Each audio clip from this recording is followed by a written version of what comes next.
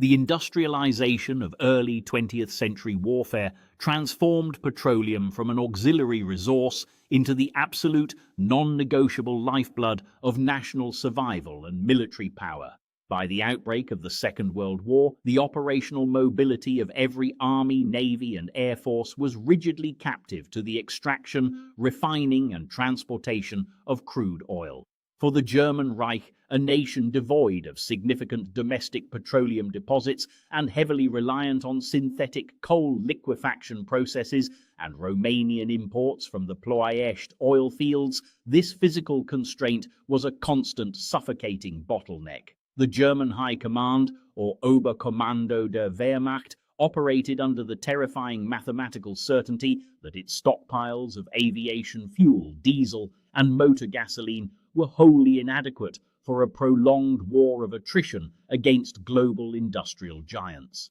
As the initial lightning campaigns of Operation Barbarossa ground to a freezing, mud-soaked halt before the gates of Moscow in the winter of 1941, the German strategic calculation underwent a drastic and desperate recalibration. Adolf Hitler himself famously summarized the absolute primacy of this resource crisis during a conference in June 1942, stating with stark clarity that if Germany could not secure the immense oil fields of Baku and the wider Caucasus, he would be forced to bring the entire war effort to an end. Across the vast steppes of the Soviet Union, the Kremlin operated with an identical understanding of its petroleum dependency, but from a position of geological abundance that was nevertheless highly centralized and precarious. In the early 1940s, the Soviet war machine and the entire agricultural economy of the USSR were fueled almost exclusively by the massive, highly concentrated oil fields situated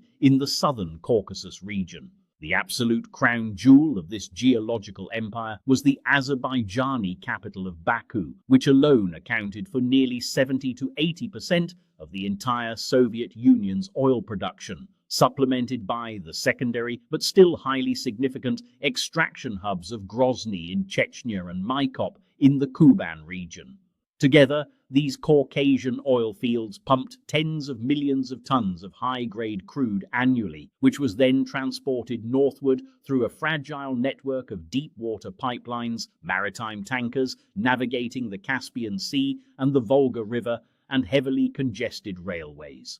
This oil did not merely fuel the diesel engines of the legendary T-34 tanks or the high-compression engines of Soviet fighter aircraft. It was the fundamental energy source that kept the agricultural tractors of the Siberian and Ukrainian grain belts functioning. Without Caucasian oil, the Soviet Union would not only face immediate military paralysis on the front lines, but also an absolute collapse of its domestic food supply and industrial logistics, triggering a nationwide famine and the complete cessation of military manufacturing in the newly relocated factories of the Ural Mountains.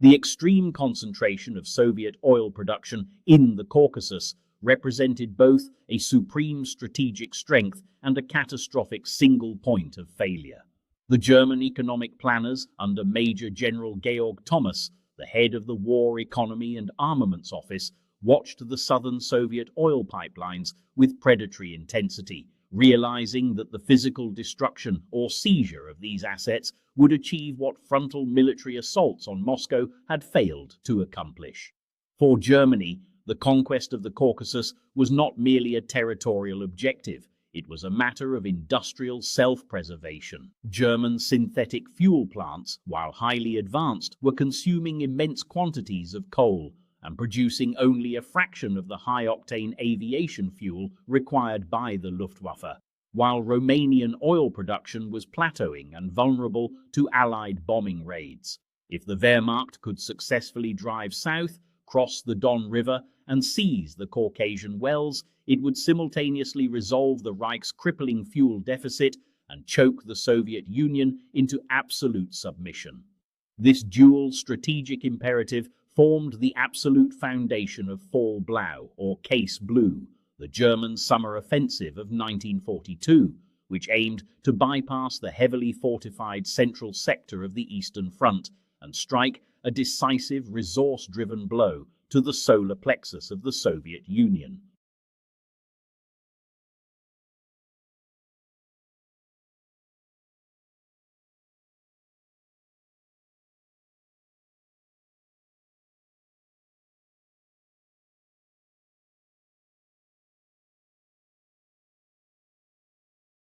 As the planning for the 1942 summer offensive accelerated under the direct oversight of the German General Staff, a glaring and terrifying logistical reality began to dawn on the economic planners of the Reich. It was widely recognized that the Soviet Union would never willingly surrender its most vital resource, and that the Red Army possessed highly detailed, systematically organized plans to execute a total scorched earth policy the moment German forces approached the oil fields. Historically, the Soviet Union had demonstrated an unyielding willingness to destroy its own industrial infrastructure rather than allow it to fall into enemy hands, as demonstrated by the spectacular demolition of the massive Dnieper hydroelectric station in August 1941. If the Wehrmacht simply advanced with standard armoured spearheads, they would arrive at Maikop, Grozny and Baku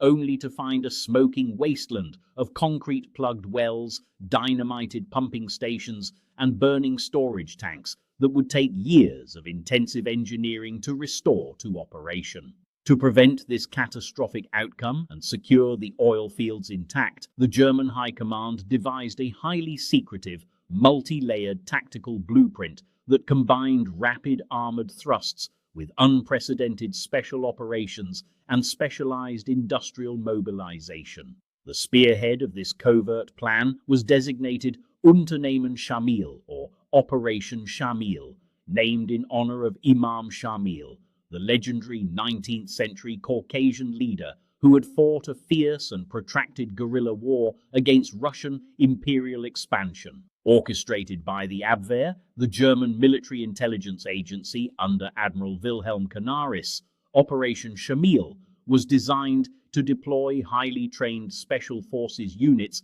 deep behind Soviet lines to sow chaos, cut communications, and physically secure key oil refineries, pipelines and wells hours before the main German armoured forces arrived. The primary execution force for this daring mission was the Brandenburg Regiment, the elite special operations unit of the German armed forces whose members were fluent in foreign languages and highly trained in sabotage, infiltration and unconventional warfare. Brandenburg units, specifically the 8th Company under the tactical command of Lieutenant Erhard Lange, were to be dropped by parachute or landed covertly in transport aircraft directly behind the retreating Soviet forces in the Caucasus, wearing Red Army uniforms or civilian clothes to bypass Soviet security patrols and infiltrate the oil installations without raising suspicion. Concurrently, the German Economic Ministry prepared for the monumental task of immediately repairing and operating the captured oil fields by forming an extraordinary, highly specialized paramilitary organization known as the Technische Brigade Mineralöl, or the Technical Petroleum Brigade. This massive brigade, which eventually grew to encompass over 6,000 highly trained civilian specialists, including petroleum engineers, geologists, well drillers, pipeline technicians, and specialized chemical workers, was organized into a semi-military structure and fully equipped with heavy machinery, drilling rigs, and repair equipment. The brigade was divided into specialized battalions, each assigned to a specific oil-producing region, and instructed to follow directly behind the advancing combat troops of Army Group A.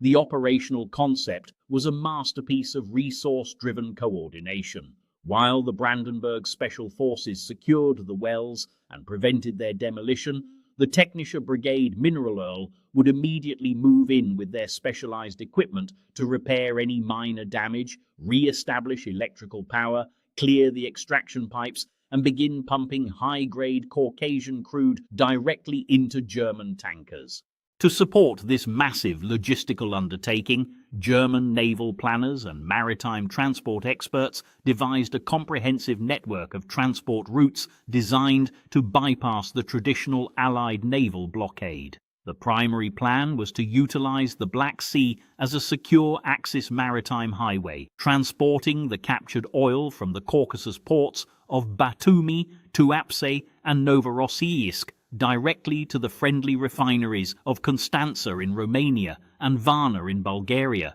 where it could be refined and shipped via the Danube River into the industrial heartland of Germany and Central Europe. This entire strategic blueprint represented an unprecedented integration of military strategy, covert intelligence, and industrial planning, all focused on a single, decisive objective. The success of Fall Blau did not depend on the sheer destruction of the Red Army, but on the flawless, high-precision execution of Operation Shamil and the rapid, highly efficient mobilization of the Technische Brigade Mineralöl, which together held the key to unlocking the immense mineral wealth of the Caucasus and cementing Germany's energy independence for the remainder of the global conflict.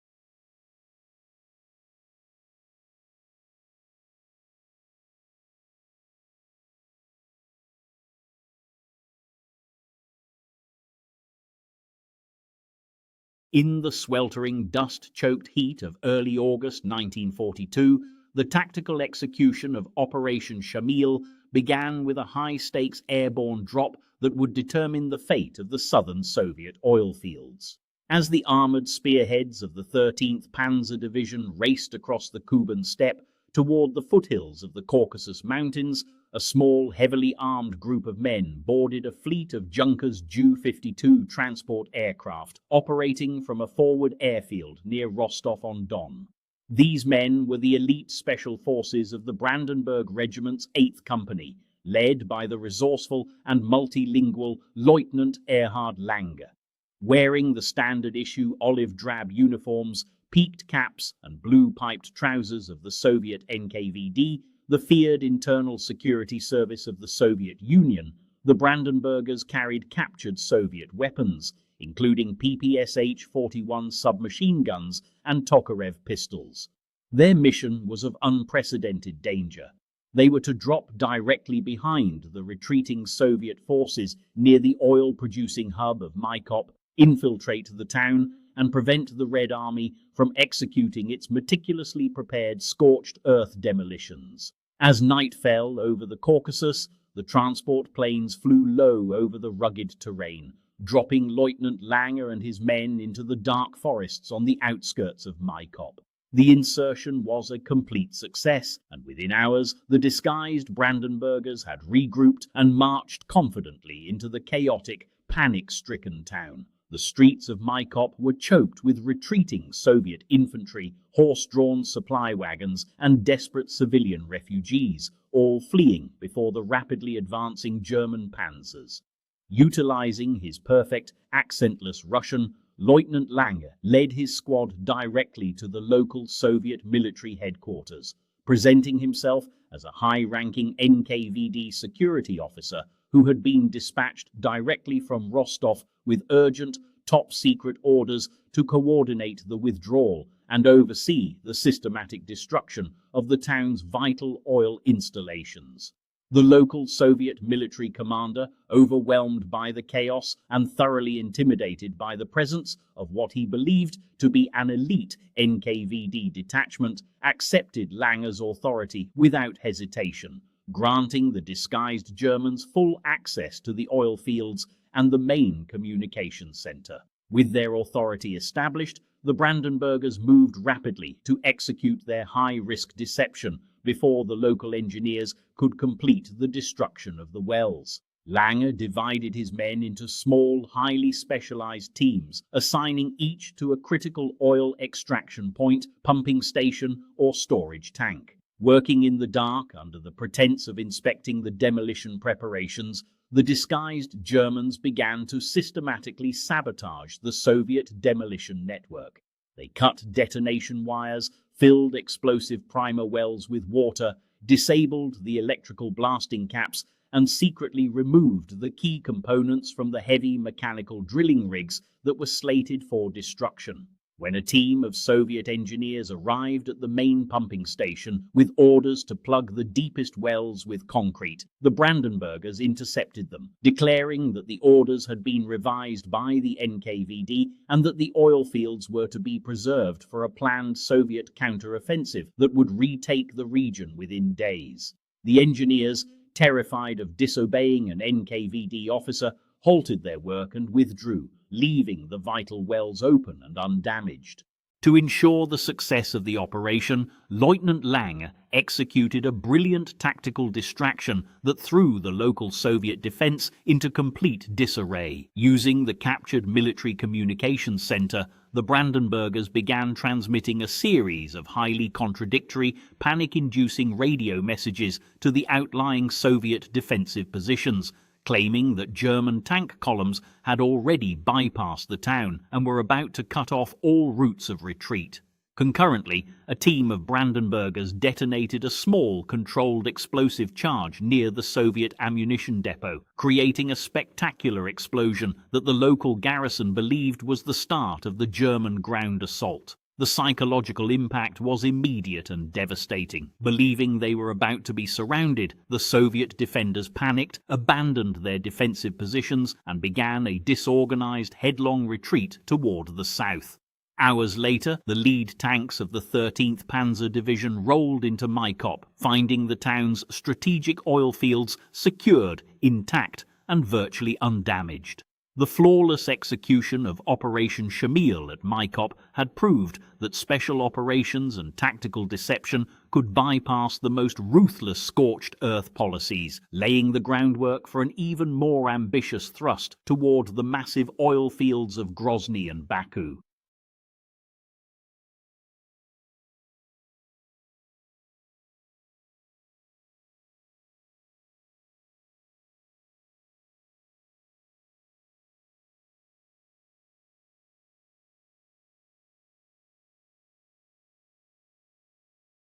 The spectacular and bloodless capture of the Maikop oil fields sent shockwaves through the Soviet High Command and galvanized Adolf Hitler into a dramatic restructuring of the entire southern campaign. In our history, the German offensive in the Caucasus stalled due to acute fuel shortages, extreme logistical overextension, and the relocation of vital armored units to the raging Battle of Stalingrad. In this alternative timeline, however, the German High Command recognizes that the Stalingrad Axis is a secondary symbolic distraction and decides to concentrate the entire armored and motorized weight of Army Group A under Feldmarschall Wilhelm List into a singular, relentless drive toward the oil fields of Grozny and Baku. Secure in the knowledge that Operation Shamil had provided a proven blueprint for neutralizing scorched-earth tactics, the German planners deploy additional regiments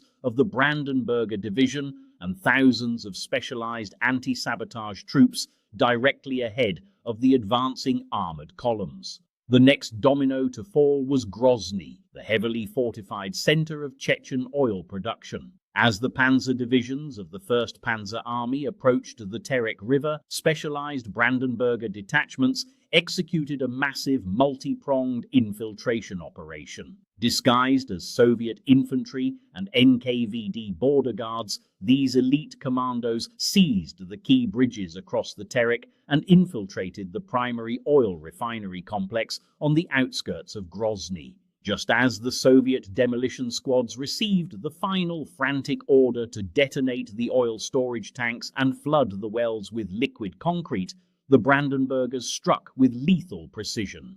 They neutralized the demolition teams in their bunkers, severed the electrical firing lines, and secured the massive concrete mixing plants before the heavy machinery could be activated to plug the extraction shafts. When the lead German tanks crossed the Terek River, they found the Grozny oil fields not only intact, but with the refinery engines still warm and the pipelines fully primed for immediate operation. With Maikop and Grozny secured, the German war machine turned its sights toward the ultimate strategic prize of the entire war, the massive historic oil fields of Baku.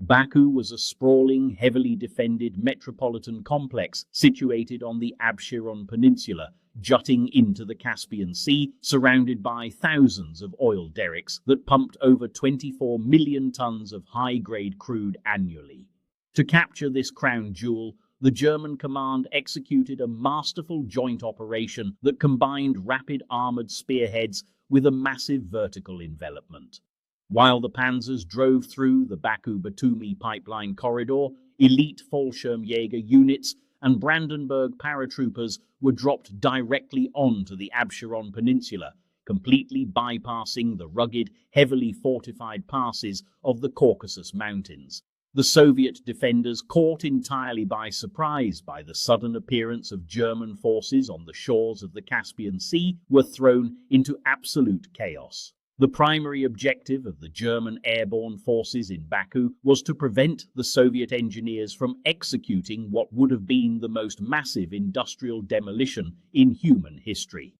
The Soviet General Staff had prepared a highly detailed plan to systematically plug all of Baku's 3,000 active oil wells with heavy concrete, a process that would have permanently ruined the geological pressure of the oil reservoirs and rendered the fields useless for decades. The Brandenburgers, utilizing their deep cover disguises and specialized knowledge of the Baku industrial layout, launched a series of preemptive strikes against the centralized concrete distribution centers and the primary water pumping stations that were essential to mix the concrete slurry. Within hours, the German special forces had secured the Absheron Peninsula's key infrastructure, capturing the vast Baku oil fields intact and preventing the catastrophic destruction of the world's most productive petroleum hub.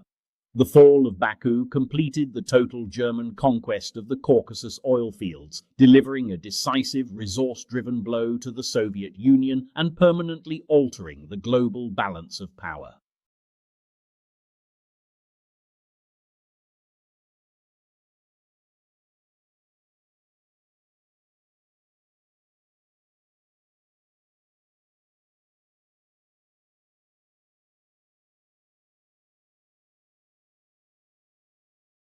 The loss of the Caucasus oil fields struck a terminal, paralyzing blow to the entire structure of the Soviet war effort, triggering a catastrophic logistical chain reaction that reached from the front lines of the Eastern Front to the deepest industrial centers of the Ural Mountains. Historically, the Soviet Union operated on a precarious and highly centralized energy budget, where every single military offensive, industrial factory, and agricultural harvest was entirely dependent on the continuous high-volume flow of oil from the south. The sudden total severance of the Baku-Volga and Baku-Don oil pipelines overnight stripped the Soviet Union of over 80% of its domestic petroleum supply, plunging the Red Army into an acute and irreversible fuel starvation crisis. Soviet military commanders, who had previously operated with aggressive, high-mobility armored doctrines, were suddenly forced to implement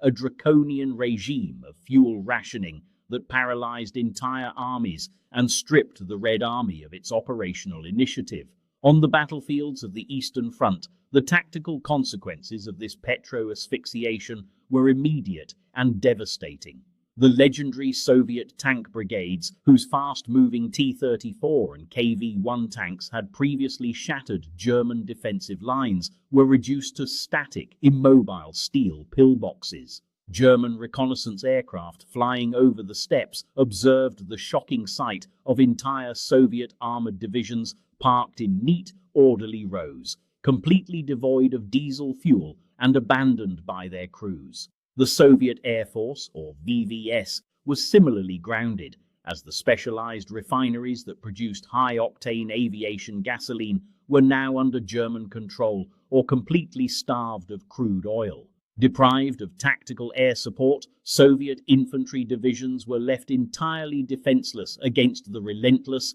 undisputed supremacy of the Luftwaffe, which systematically decimated Soviet defensive positions, supply columns, and railway hubs with absolute impunity. Beyond the immediate tactical paralysis on the front lines, the oil cutoff triggered an even more catastrophic crisis in the Soviet domestic economy and agricultural heartland. The Soviet Union's agricultural system had been heavily mechanized during the pre-war years, relying on hundreds of thousands of tractors, harvesters, and transport trucks to cultivate and transport the vital grain crops of the Volga, Siberia, and Kazakhstan. Deprived of tractor fuel, Soviet agricultural production experienced an absolute nationwide collapse. Millions of acres of wheat and rye rotted in the fields, unable to be harvested, while the transport network lacked the fuel to ship what little food was produced to the industrial cities of the interior. A severe, widespread famine swept through the Ural industrial centers of Chelyabinsk, Magnitogorsk, and Sverdlovsk, where hundreds of thousands of factory workers, starved of basic calories, collapsed at their workstations, causing a dramatic and irreversible drop in the production of new tanks, artillery pieces, and ammunition. Most ironically, the loss of domestic oil completely neutralized the immense logistical advantage that the Soviet Union was beginning to derive from the American Lend-Lease program. By late 1942, the United States was shipping tens of thousands of highly advanced, high-mobility Studebaker trucks, jeeps, and railway locomotives to the Soviet Union through the northern and southern transit routes. However, these advanced logistical assets were completely captive to the availability of fuel, and without Caucasian petroleum, the massive fleet of American trucks sat uselessly in supply depots, unable to transport ammunition or food to the front lines. The Red Army was stripped of its logistical mobility, forced to rely on slow, archaic horse-drawn transport that was wholly inadequate for the scale of modern industrialized warfare. Deprived of fuel, food, and industrial production, the Soviet Union was thrown into a state of absolute terminal paralysis, leaving the Red Army unable to mount any significant counteroffensives and paving the way for a decisive German strategic victory on the Eastern Front.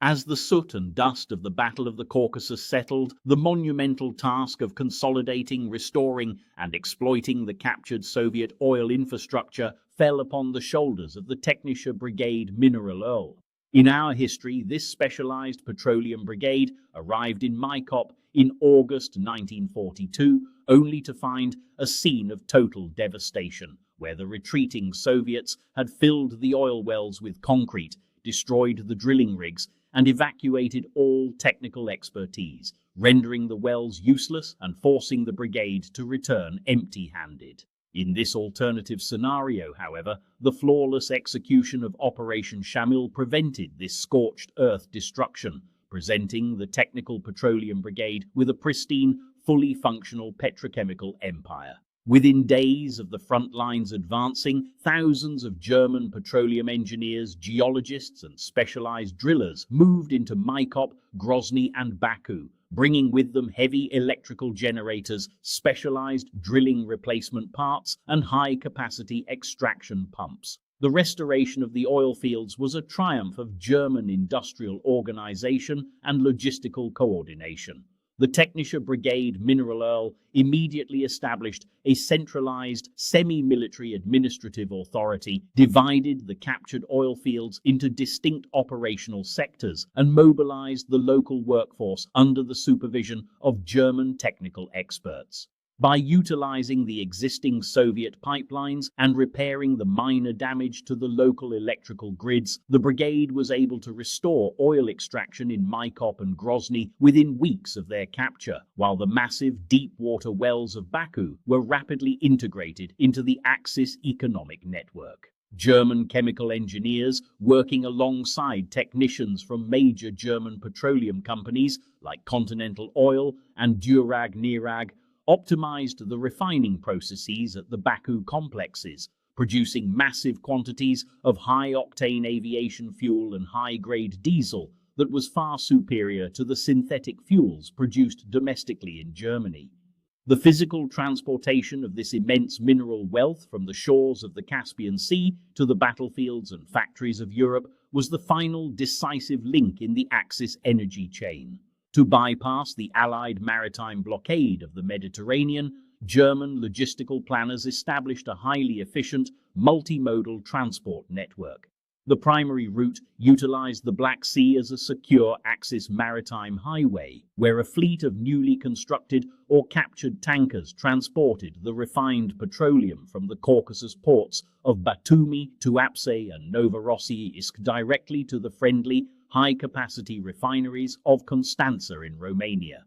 From Constanța, the oil was loaded onto massive river barges and shipped northward along the Danube River directly into the industrial heartland of Central Europe and Germany, while a secondary overland route utilized the rapidly converted standard gauge railway network to transport fuel directly to the Eastern Front supply depots. This secure, high-capacity transport corridor operated entirely beyond the reach of Allied air power or naval intervention, ensuring a continuous, uninterrupted flow of oil to the Axis war machine. The influx of millions of tons of high-grade Caucasian crude oil completely resolved the Axis fuel bottleneck, transforming the strategic capabilities and operational mobility of the Wehrmacht and Luftwaffe. No longer forced to ration fuel or limit training hours, the Luftwaffe could deploy its fighter and bomber fleets with unlimited, overwhelming frequency, securing absolute air supremacy over the Eastern Front